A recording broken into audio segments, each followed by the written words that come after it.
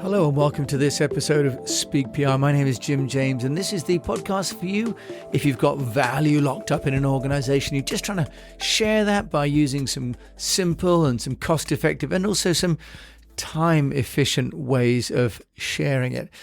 Now, one of the things to think about is the use of different kinds of formats. And I'm thinking about that because I've just been looking at the Speak PR program and I'm working on the Engage element. And Engage really is about creating impactful content so that people can understand and engage and possibly to share or to amplify the content that you have created. So on this show, I'm going to talk about different ways that you can create compelling content and how I've been using the tool Canva today to create an infographic to explain engagement levels. So let's just dive in, shall we, to today's episode, which is all about how we can create compelling content. Now, content creation is probably the number one problem that people have. They often have got the message already and they know who they want to talk to. How do you format that into something that's appealing? Well, 90% of all information is transmitted to the brain by visual means. So touch, hear, taste, smell. These are actually only receiving 10% of all the information that we're taking on. So if we're not creating visually appealing content, we're missing out on a massive, massive opportunity. Now, also amazing is that the brain processes visual information 60,000 times faster than text. Pretty amazing, really. And I guess it's just all prehistoric, really, isn't it? That we are all living still with some of the prehistoric tool sets that we've got. And it's called the Picture Superiority Effect, coined in 1971.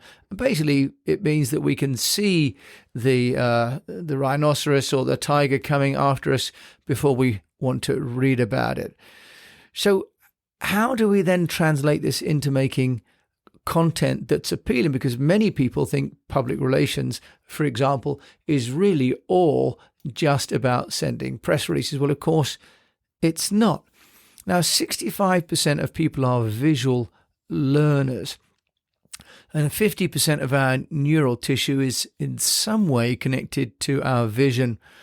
So we really need to be thinking about creating content that might have text, but also includes graphics. And this is, of course, the domain of the infographic. So infographics are where we incorporate text and pictures.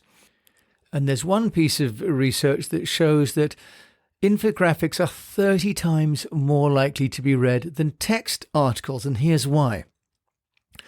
They are immediately impactful because you see them, and especially now with the attention span of people being less than maybe 6-8 seconds, you hear different things, but certainly everyone is speed dating content right now. Infographics are very shareable, and whereas if there is content, which is text, people have to cut and paste large bodies of content, but if it's a quick picture, it can be shared. We can also illustrate, for example, data through graphs, through charts, much more efficiently. And most people, including certainly me, are not particularly oriented towards numbers, but we are towards charts. So an infographic also can carry color, for example, and logos. So if you're looking at your brand awareness, it's very hard to do brand awareness, if not impossible to do that through text, but you can with graphics. You can also, of course, have some degree of web SEO improvement, because if you're sharing content and it's tagged, and for example, you save the file name with your company name in it, then it will help on the links, especially if people post or even embed that in their own websites. This is, of course, why people ask you to embed their articles or their graphics in your website. So what we know, of course, is that people are prone to images and even more prone to moving images, which, of course, is why TV is so powerful. Anyone that's watched the TV, when you get on the aeroplane, for example, you'll see how everybody stops reading the newspaper or reading a book and starts eventually to watch the television. So how do we create content then that can be useful? Well, I'm going to just tell you the tool that I've been using to create a graphic for the Speak PR program. And I'll tell you just a little bit more about the pricing of that when I tell you what I've been doing. So I'm trying to work to illustrate how people can develop content which is shareable.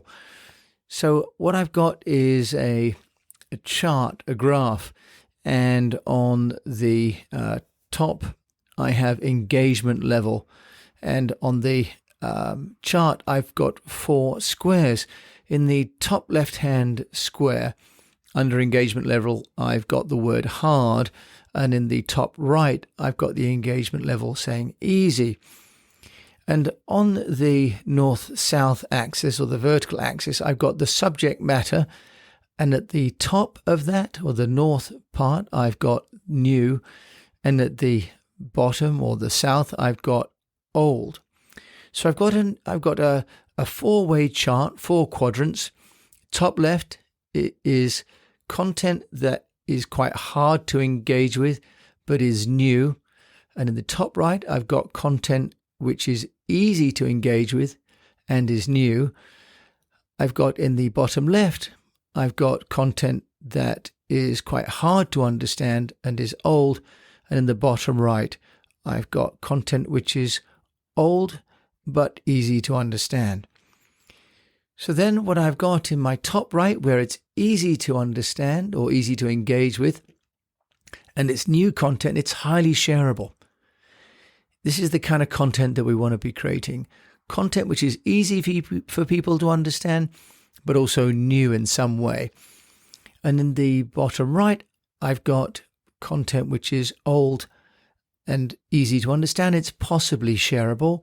And in the top left quadrant, I've got content which is fairly hard to understand or hard engagement level, but new, and it's possibly going to be shared, especially within, for example, a vertical, maybe a B2B specialist group. And in the bottom left, I've got subject matter which is hard to understand, and it is old. So that then makes it pretty much unbearable. So trying to describe this 4-way matrix, where you want to be in the top right-hand side of the matrix, highly shareable content is new and it's easy to understand. But of course, with one picture, I'm able to share that message straight away. I think I probably give you the idea by trying to explain it, but you'll be able to see it easily when I publish it. So what content do you have that actually would be much more easily explained with a picture than with the kind of text? Now, I'm using Canva Pro to draw this very simple chart. I pay $17.98 per month for the Canva Pro. I could get for $167 if I bought the annual, and that would make my life much easier. You can downgrade as well. So I'm using this every month, so I would be saving $3 a month, $4 a month, in fact, if I booked annually. 22% is what I'd be getting off. You can also use another platform called Visme, and all of these have great templates. So Canva, for example, I've got Instagram story, Instagram posts, Facebook cover. I've got LinkedIn. I've also got infographic templates in here as well. I've got business presentation, business website, logo, business card, invoice. All of these are very easy to use templates, and they come already with things like stock photographs that you can use. And you can also then link these to your social media account. So that's what I do. I can actually share a graphic direct to social media if I want to, but I can also create a team account. So I've actually introduced other people working on the project with me to my Canva account, and then we can collaborate. So the Canva app, and we've also talked about one called Visme, also has some courses online. For example, has social media mastery with 92,000 students already listed there. So you can take a large number of courses, including presentations to impress, personal branding, and so on. So when we look at the content that we want to share in our articles and in our news and on our websites, making it visual is going to appeal to people. It's going to appeal to more people, and it's going to appeal to people in a greater way and make it easier for them to share than if they have to read, understand, and then cut and paste the best bits.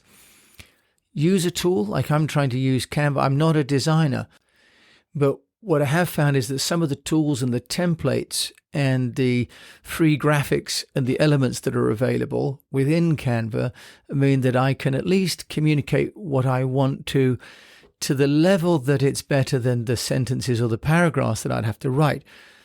What you can do, of course, is then to send those to a graphic designer on Fiverr or Upwork, which is what I've done, for example, with some of the larger, more complicated graphics, is to send it to someone to get all the fonts right, to get the colors right, and so on. So even if you're not a designer, it's important to think about using visual elements and visual graphics in your marketing, as long as it doesn't become hilarious. And even if it does, that may be part of your marketing. So think about how you can communicate visually, even if it's just taking an Excel spreadsheet and putting the top numbers into a chart that becomes a graphic with a headline. And because you can actually embed actual photographs that you have taken on your phone, you can upload those to Canva or to Visme, and you can embed them within your storyboard. So the tools are there for us non-artists to use. Now, I'm creating the Speak PR course using Canva for some of the graphic elements and infographics. So could you use Canva or Visme or any one of these other tools to just lift for your audience what you're saying into another realm, make it visually appealing? Because we've seen that the Picture Superiority Effect of 1971 is not going away, and social media, the attention span is getting so short because the content is so constant that standing out is more and more difficult. Asking people to read long form content is becoming more and more unacceptable. And what would happen is you just end up in the bottom left hand quadrant of my shareability matrix. So think about making graphics, think about making them simple, compelling, and colorful. If it's complicated to do the process, make the graphics simple. Start with baby steps. That's all I'm doing. So I hope by sharing what I'm working on in my journey, that this will help you with your journey to communicate the value in your business. My name is Jim James. Thank you so much for listening to this episode of Speak PR. If you like it, please rate it. Please share it. If you'd like to subscribe to our newsletter, please come to eastwestpr.com. Or if you'd like to get involved in a mastermind with me on the speakpr.co website, you can find out all about the Speak PR methodology of Storify, Personalize, Engage, Amplify, and Know, and our 6-week mastermind. Thank you so much for listening, and until we meet again, I wish you the best of health, a profitable business, and that you keep on creating great stories using some graphics.